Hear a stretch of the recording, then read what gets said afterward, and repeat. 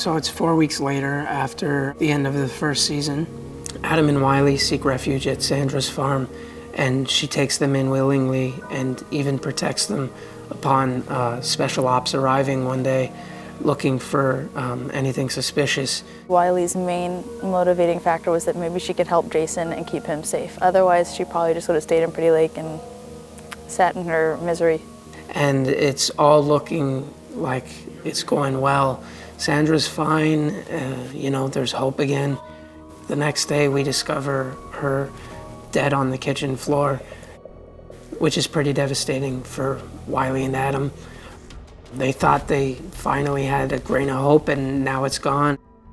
I think once Sandra dies, after Adam and Wiley have left Pretty Lake and have sort of taken Adam's plan into action, that's a really strong point of determining Wiley's action moving forward. She now realizes that they've killed someone, so she has that life hanging over her head. The first time you see Mark in season 2, he's approaching the bar, he notices, something's up, a latch has been broken, he hears a sound, and he sees that there's this kid that has just robbed him.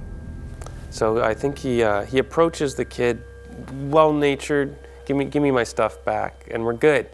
But this kid is a bit tougher than I think Mark was anticipating. He pulls a knife on Mark, stabs Mark in the leg, and then accidentally impales himself. So he tries to cover his tracks, takes the kid, buries the kid.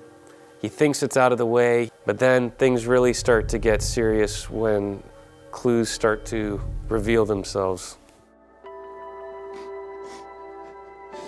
I think with the loss of Pat in season 1, I think Ronnie was doing poorly earlier. He was having a rough time in season 1, and I think he's really struggling to keep it together. We were wrestling with trying to bring Pat back into the show. I mean, obviously he died, but we loved his character from season 1 and what it represented. And also, we had played with this idea that Ronnie might be slightly crazy in season 1, and we upped it in season 2 a bit by having Pat as sort of his conscience and a character that he can only see. Thought you were gonna quit.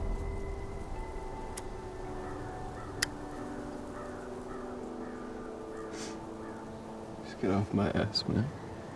I mean, I knew you had a death wish, but, sure, go ahead. Cool, smoke away. It's not like I gotta worry about the long-term effects. Pat's presence in second season is it's a big question, I think, on everyone's mind. Am I a ghost? Am I a figment of his imagination? Am I his conscience incarnate? Without Pat was his moral compass and the only thing close to any sort of adult in his life. And I think Ronnie's really struggling with the loss of his brother. He's having a hard time coping. The particular moments so far where I really appear to Ronnie are moments where he'd really wish I wasn't there, probably. It's the heightened, emotional, kind of fork in the road moments for him, where he's doing something and I show up and I'm like, dude, what are you doing? Ronnie's very lost, and Pat was the only thing that grounded him, and now Pat's very present in Ronnie's mind.